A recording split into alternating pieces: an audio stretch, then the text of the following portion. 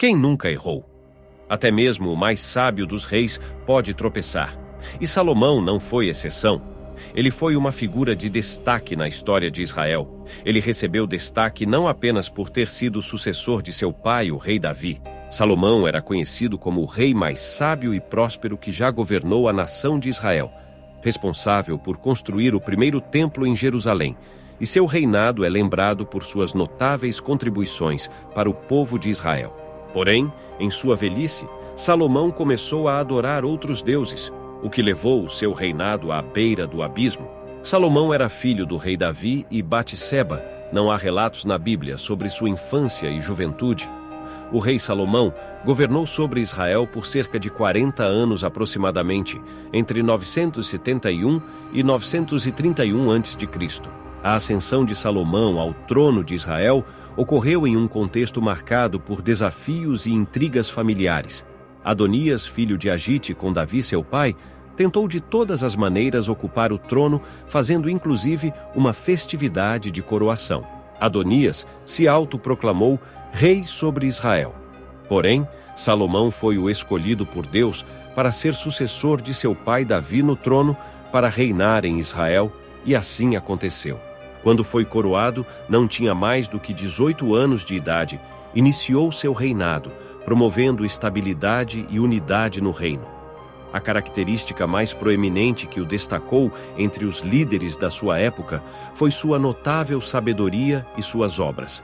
Logo após a morte de Davi, seu pai, o rei Salomão seguiu as instruções de seu pai e agiu em conformidade com o que aprendeu, para assim, com seus ensinamentos e a graça de Deus, solidificar sua posição como rei. Seu reino era próspero, possuía um extenso território, que herdou de seu pai Davi, que ia do rio Eufrates até a fronteira egípcia, e o expandiu sobremaneira, dividindo este território em 12 distritos.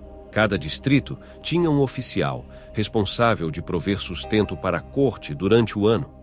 Sua corte era bastante completa e organizada, e os seus auxiliares de governo eram chamados de príncipes. Seu exército possuía carros de batalha e cavalaria.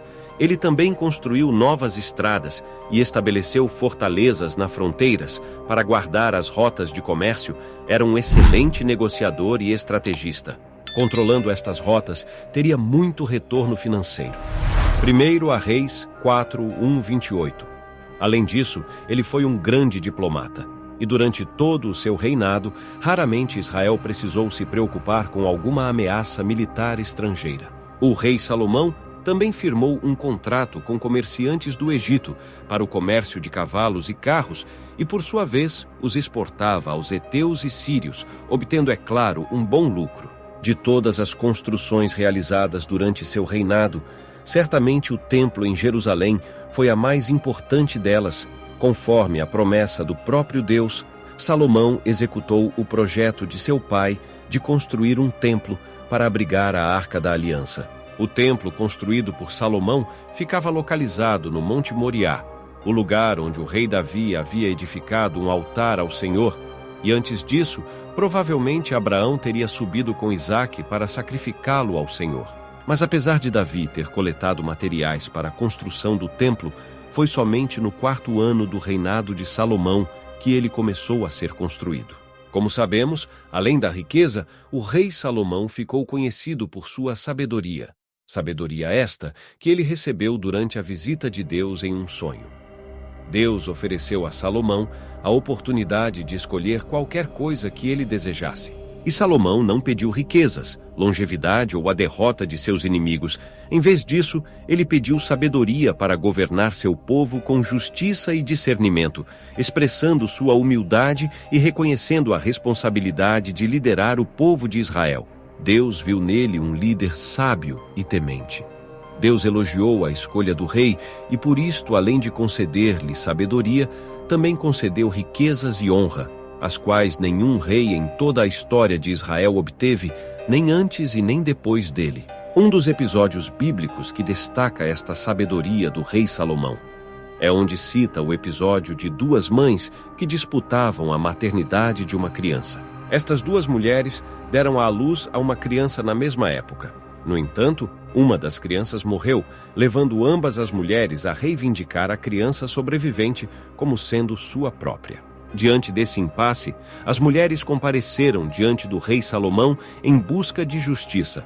Mas, com muita sabedoria, o rei Salomão, em vez de tomar uma decisão precipitada, propôs que o recém-nascido fosse dividido em 2 partes. Para solucionar o problema, daria metade do bebê para cada uma. E diante da possibilidade da morte de seu filho, a verdadeira mãe preferiu entregar o filho a outra mulher.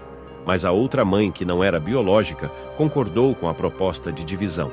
E isso fez com que Salomão julgasse aquela causa de forma impecável, sabendo com certeza quem era realmente a mãe da criança recém-nascida, e ordenou que a criança fosse entregue à mãe verdadeira. Salomão também dedicou-se a alianças internacionais, solidificando relações comerciais e diplomáticas.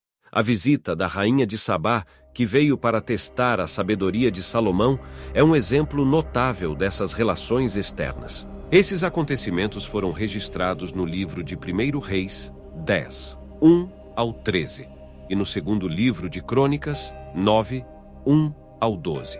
Salomão fez alianças matrimoniais com princesas de nações vizinhas, como o Egito e a Fenícia, prática comum na época para fortalecer alianças e promover a paz entre os reinos.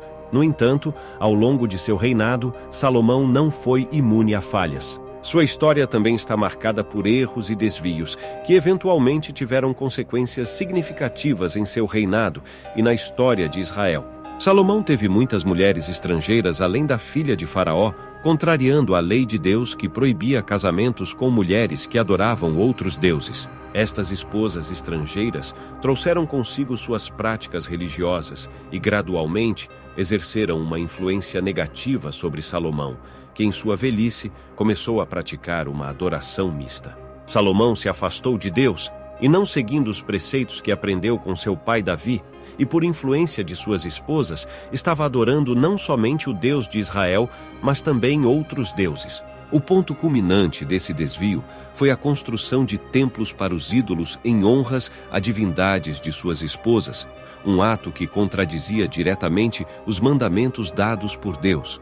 A aceitação da idolatria e adoração de ídolos estrangeiros começaram a impactar negativamente o seu reinado. A Bíblia diz que Deus ficou indignado com Salomão, o rei mais conhecido por sua sabedoria. Experimentou a decadência e a consequente reprovação divina, porque, ironicamente, ele não foi sábio com as coisas de Deus e desprezou suas ordenanças. Porém, em sua misericórdia e amor a Davi, Deus suspendeu o seu julgamento total durante o período da vida de Salomão e não lhe tirou o reino. No entanto, Salomão experimentou as ameaças de inimigos, que foram levantados por Deus para serem instrumentos de juízo em seu reino, como Hadade, o edomita, que era da semente do rei de Edom. Após a morte de Salomão, seu filho Roboão reinou em seu lugar. Dentre os opositores de Salomão, a Bíblia cita Jeroboão, um líder forte e trabalhador que se rebelou contra as políticas do rei Salomão e esteve no Egito até a morte de Salomão. Portanto, após a morte de Salomão, o castigo divino foi derramado sobre sua casa. Seu glorioso reino unificado de Israel foi tirado de seu filho Roboão, pois durante seu reinado, Jeroboão dividiu o reino de Israel e tornou o rei das tribos do norte. A Bíblia não traz detalhes sobre como foi a morte de Salomão. O que se sabe é que ele encerrou sua vida de forma triste, deixando um reino desgastado e prestes a ruir. Mas sem dúvida ele fez contribuições importantíssimas para Israel. Ele faleceu após um reinado de 40 anos, deixando um legado. Salomão reinou brilhantemente em Jerusalém sobre todo o Israel. Então ele descansou com os seus antepassados e foi sepultado na cidade de Davi, seu pai. O templo de Salomão foi destruído 5 séculos mais tarde pelos invasores babilônicos. Reconstruído, foi arrasado novamente no ano 70 da era cristã, pelos romanos. Dele sobrou, até nossos dias, apenas uma muralha, que os judeus veneram e chamam de Muro das Lamentações. Agradeço sinceramente por ter acompanhado até este ponto. Espero que tenha apreciado o conteúdo. Se possível, deixe seu like e inscreva-se no canal, pois isso é fundamental para que o YouTube recomende este material a um público mais amplo. Não se esqueça de ativar o sininho de notificações para receber atualizações sobre novos conteúdos. Muito obrigado e até o próximo vídeo.